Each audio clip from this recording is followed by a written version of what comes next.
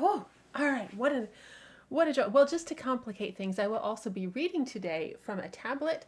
So I understand that that is its own fraught enterprise, but I wanted to have like the most up to date version of chapter one. There have been some edits since I did my, but I will show off while we're here. I will show off my test run of these things so you can see the lovely holographic foil that's going on. This one does not have sprayed edges. The final copies will have sprayed edges. I just did this before the sprayed edges machine was working. I know, it's so pretty. And then there's like pretty pictures inside, and it's really nice. So there's a back cover, so there's so many things. Full color end papers. One of our stretch goals is to get full color jackets to wrap over the foiled cover. So we are just going to have all the good times. But this doesn't have all of the latest edits and updates. In fact, this was an extremely rough version with full of typos and all kinds of things. So we won't talk about that. So that's why I'm going to be reading from the tablet today. And yes, okay, good. Christina can hear me too. Great. I will say though, we're going to make it better. I know that no stream can happen without a tech glitch, but I can solve everything by providing dog cam. So here's our Doberman supervising, and then Penny the Labrador is actually just out of sight, but I don't have a camera set up for her. So sorry, you only get one dog at a time. But we do have dog cam running. Okay. And yeah, let's jump in for chapter one. You guys, I am so excited. We are currently at about 360% funding. Dog cam covers everything. Yes, it is. We're at 360% funding. So we're unlocked 2 stretch goals already. We have our eyes on the next stretch goal, which is actually, sorry, we're not getting to the chapter yet, I'm sorry, but next stretch goal is vellum inserts, and I've got some test runs here.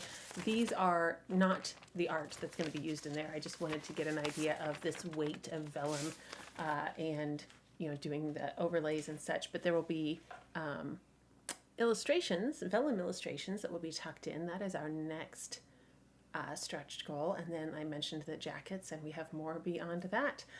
So yeah, some of these too will be like full color jackets on the hardbacks. Obviously will only be available for will only affect some tiers, but if I get additional illustrations for vellum, if you backed at the ebook level, you're going to get those as digital illustrations. So we'll keep you in there. We just be a little silly to kind of tape a piece of vellum to your Nook reader or whatever, but we'll make sure you get those new pictures too. Okay. Let's talk about chapter one. And I'm also open for some questions or discussion or anything that comes up as we hit Shai did ebook and audio. Fantastic. I'm a huge fan of digital. I just finished the best audiobook this week. So all of that to say, actually, hold on. Shai, you're gonna want this audiobook too. You may have already read it. Jiang Shichu's new book, The Fox Wife. Right up your alley, just saying. Okay, let's get in. I'm going to read you chapter one, and I will pause at the scene breaks in case we have questions or commentary. Okay. Galen stepped to the side, making room as Elizabeth leaned over the table. "We did everything we were supposed to," she growled. "We held up our end of the deal. We got rid of the gang and put a stop to the protection payments."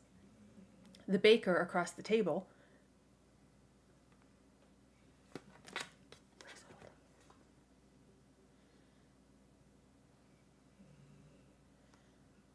was a terrible idea. Tablet just jumped 4 chapters. The baker across the table could match her for anger.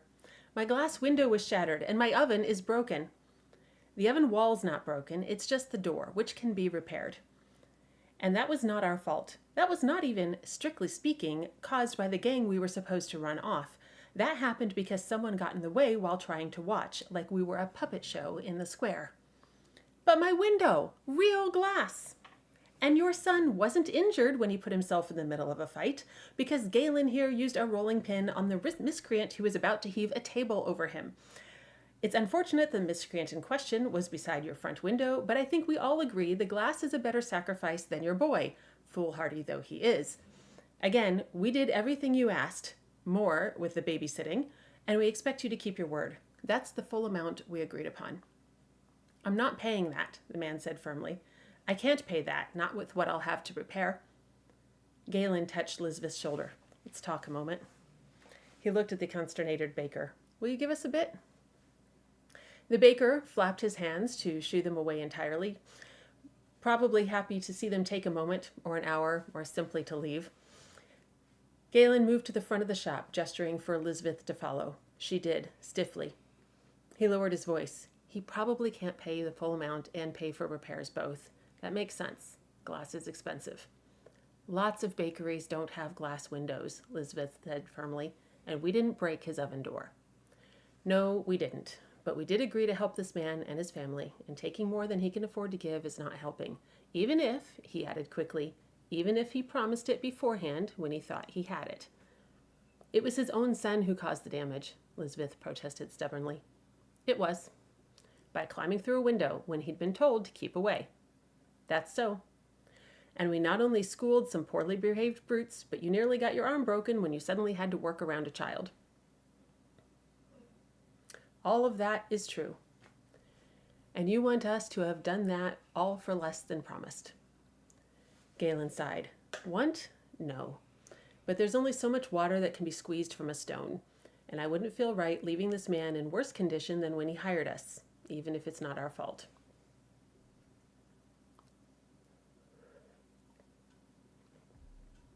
Lisbeth blew out her breath in an irritated little puff and crossed her arms. Galen relaxed. She was acquiescing. I don't like it, she said, but I wouldn't feel right either. The baker ruined it by calling over to them. I'm not paying that much after my oven's broken, and if you keep insisting, I'll tell you to get out. Lisbeth turned on him. Get out? Or what? Or you'll walk 2 towns over to fetch the sheriff, the same sheriff who couldn't handle the riffraff you needed us to get rid of? He scowled, lacking an effective answer to that. Galen stepped back and scuffed his foot, drawing Lisbeth's attention back to him. Let it go. We'll take half. What's that? The baker called. We'll take half, Lisbeth snapped, and you can thank my soft touch of a partner for it. The baker jerked his head in a nod. I'll agree to that. I'll get it for you. He rose and went into the back living quarters. Lisbeth blew out her breath again. Something moved beside Galen, and he turned, bringing a blocking hand up, but it was a child looking in the broken window. The head dropped out of sight, and a moment later, a little girl ran into the shop. I'm sorry about the oven, she said without preamble. I'm sorry you won't get paid. We'll be paid, Galen corrected her gently, just not as much. Lisbeth sat against the wall, resting her arms across her upright knees. The little girl turned to her. If my papa can't give you all the money, I can help, she said earnestly. Do you want my bracelet? I don't want your bracelet, Lisbeth said wearily without looking. You can keep it, thanks. The little girl drew the bracelet from her skirt pocket. It was a braided leather band set with a dozen tiny round bells which rang as it came free of the fabric. Lisbeth twitched. The girl extended the belled band. It was a present from my Uncle Van, but you can take it. He says it's from the Vernal Temple, in the city. She pushed the bracelet toward Lisbeth's face. Lisbeth's hand slapped the extended bracelet away. It fell jangling to the floor, and the girl drew back, mouth agape with dismay. Galen dropped to one knee and gathered up the leather band. It rang in silvery tones as he reached for the girl's wrist. Let me tie this in place. I've got it, Lisbeth said quickly. Here. She held out her hand, and after a second of hesitation, Galen set the bracelet on her palm. Lisbeth regarded the bracelet a moment, and then she lifted the little girl's wrist. Let me put this on you. It's one thing to carry it in your pocket, but it's meant to be worn. I'm not supposed to lose it, the girl contributed. It's something dear to you, isn't it? Galen asked. That was thoughtful of you to offer it, but we couldn't take your gift from your uncle. You keep it and we'll make do. He watched Lisbeth finish the knot. Now, can you make it ring? She shook her hand, and the bells gave out a shimmering chime. Lisbeth closed her eyes. That's it, Galen cheered. Now go on and bring it outside. I think your mama said she didn't want you in the shop, what with all the damage. The girl nodded and dutifully left by the same door. Galen looked at Lisbeth. Lisbeth looked at the floor. Sorry, I'm frustrated. Not with her. Not with her, Lisbeth agreed bitterly. She propped her face in her hands, covering her eyes, and then she sat back. We're down to almost nothing. The baker returned at that moment. Here, he counted out a dozen coins onto the crooked table. That makes 10 taler. Thanks, said Lisbeth dryly, standing. Thanks, repeated Galen. He crossed to sweep the coins into his palm. The baker's expression softened. I'm sorry. I wish, but I really don't have the money. I understand. Galen gave the coins to Lisbeth as they walked out, and she dropped them into her money bag. Now that's almost nothing plus 10 taler. She said, still pretty lean, and I need my knife repaired. Galen sighed.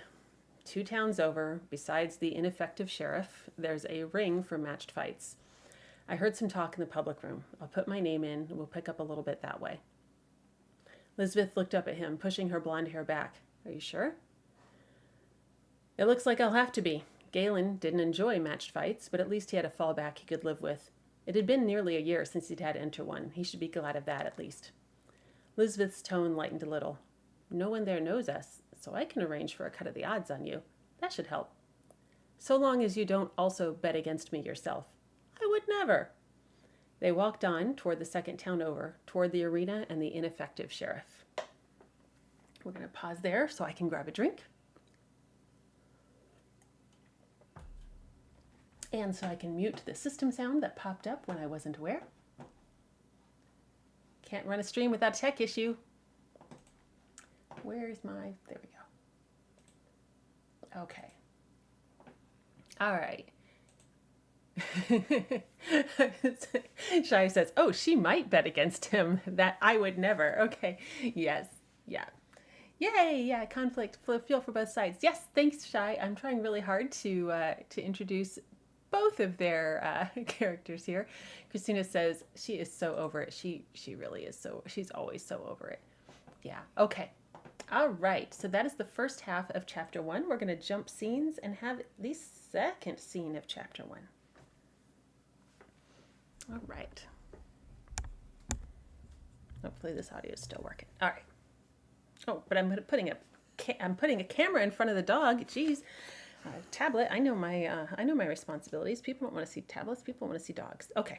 Let's see if I can do this right. Okay.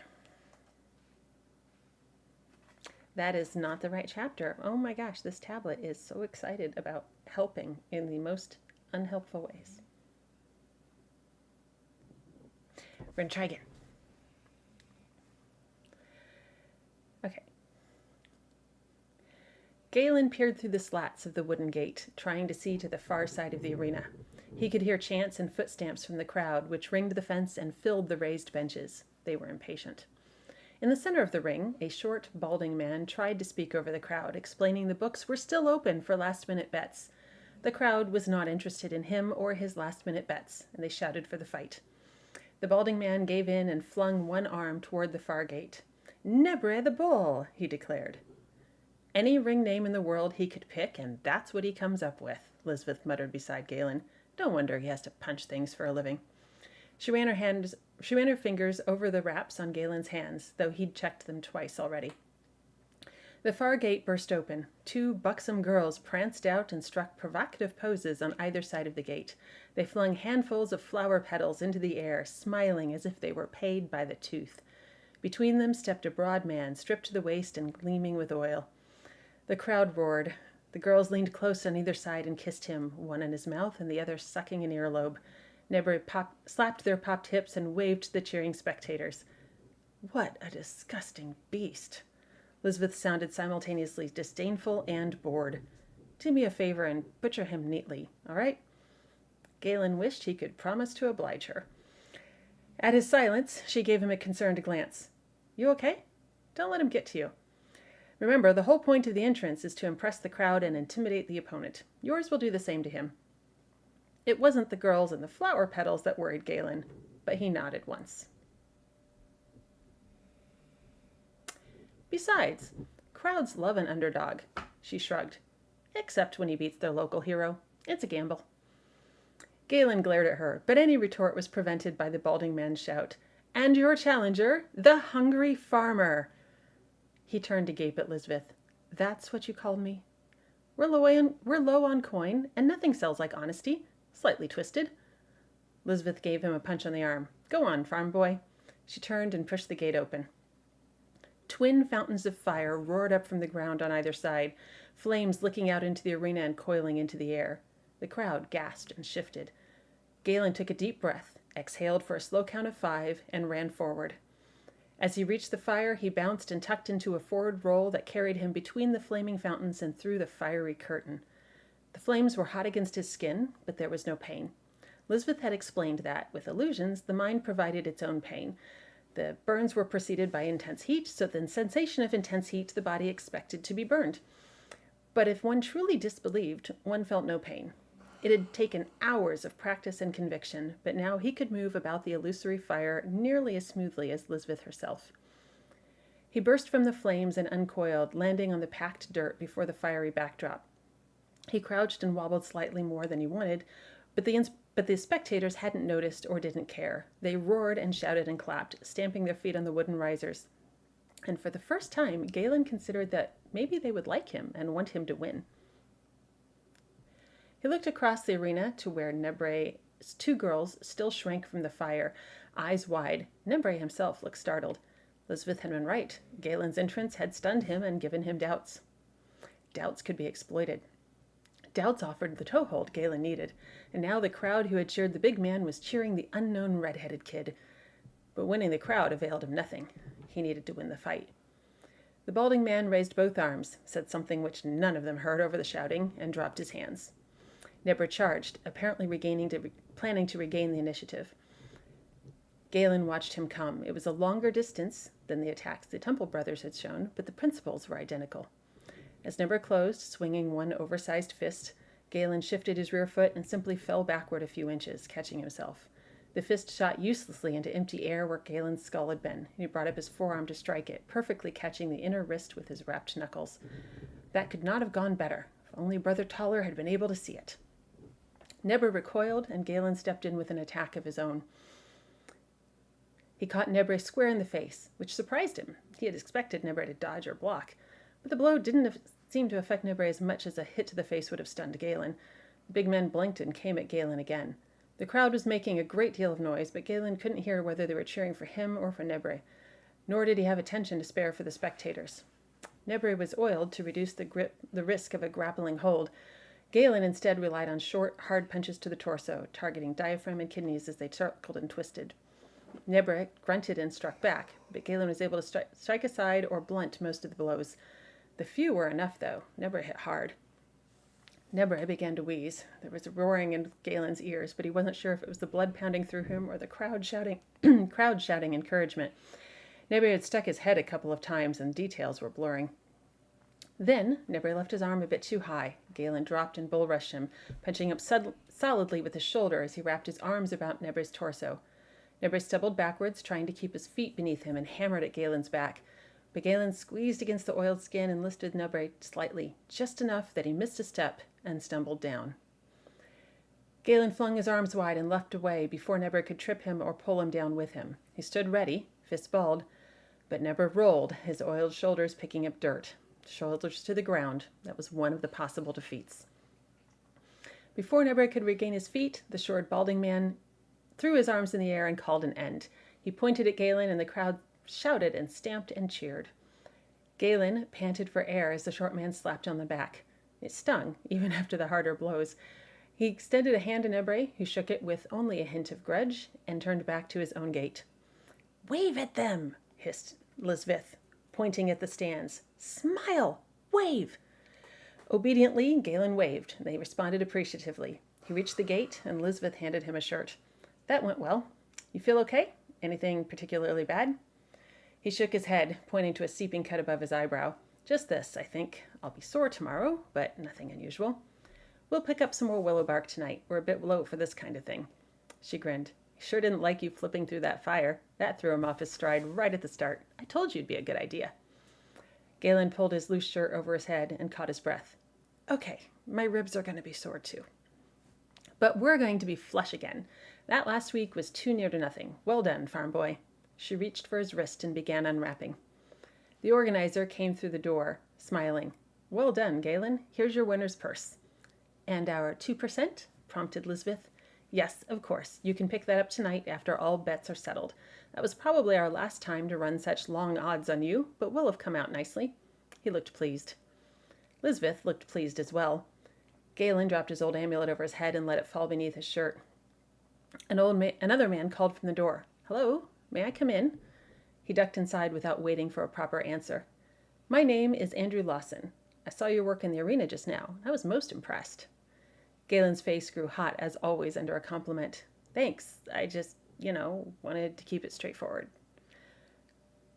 But Andrew was looking at Lisbeth. It was you, wasn't it, with all that fire? Lisbeth nodded. Yes, it was. I thought so. I came to watch today because I heard that when you're not running long odds on local fights, the two of you will, take on quiet jobs. Lisbeth cocked her head. We've been known to freelance, but it depends on the job. I hope you'll feel comfortable considering this one.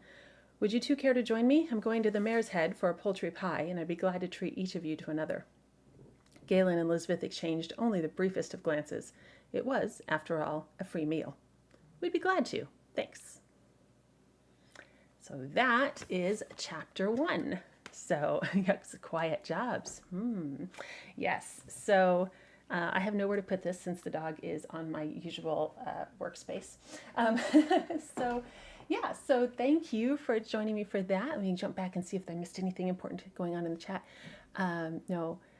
Yay. Okay. Nope. I think we got that. Yes, we want more. Hooray. There will be more coming. So there's a couple of options. One, I will read another chapter as soon as we get to 100 shares. I haven't checked today to see where we are, but this was the achievement for getting 50 backers, which we got and sailed right on past. Hooray, and thank you. And then when we get 100 shares on, I think, Facebook, I will read another chapter. So we're going on. So good. Yes, you love the fight scene. I love writing fight scenes. A lot of people, I don't know, I hope they're fun to read. I have a good time writing them. A lot of people complain about writing fight scenes, and I'm always like, but fight scenes. So yeah, they're a lot of fun. We want to make them entertaining, not too getting down in the nitty-gritty boring details, but just fun. All right, well, are there any questions or anything? I'm going to check and make sure there's nothing in the other chat that I'm missing. Nope, looks like we're good here. Are there any questions? I can sign off here. So that was. Oh, there will be another stream tomorrow. Same bat time, same bat channel. 2 p.m. Eastern, 11 a.m. Pacific. Please adjust for your time zone. We'll have a multi-author stream again, so there'll be a lot of us in here, and we're going to be watching some videos and discussing and commenting on them. So please jump in for that. So yes, thank you. I'm happy to do the reading, and hopefully we'll unlock some more achievements and get some more reading going on. So all right, thank you guys so much for joining me. I hope you have a fantastic time zone wherever you are. And I will see you tomorrow, same time, same place. Bye.